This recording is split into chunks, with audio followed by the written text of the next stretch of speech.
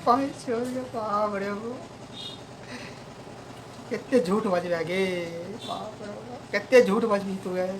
Rafale को मार गिराया जेएफ थंडर ने माशाल्लाह। और आपको पता है कि राफेल ऐसा जहाज है, फ्रेंच जहाज है, जिसके बारे में कहा जाता था कि इसको कोई गिरा नहीं सकता।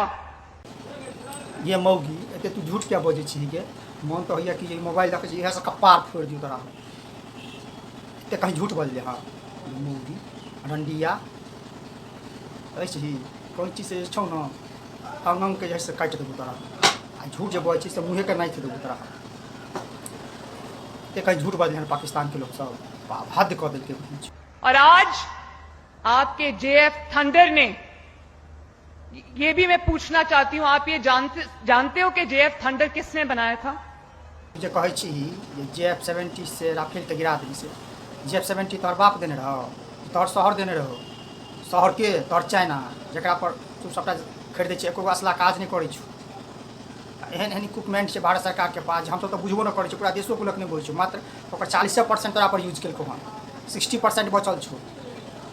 परमाणु बम छोड़ के, एटमी बम छोड़ के ओते तोरा यूज कर देतो ना तो तू नक्शे से गायब हो जेबी।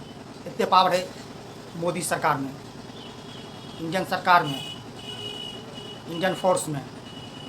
आवाज नहीं आई? यस।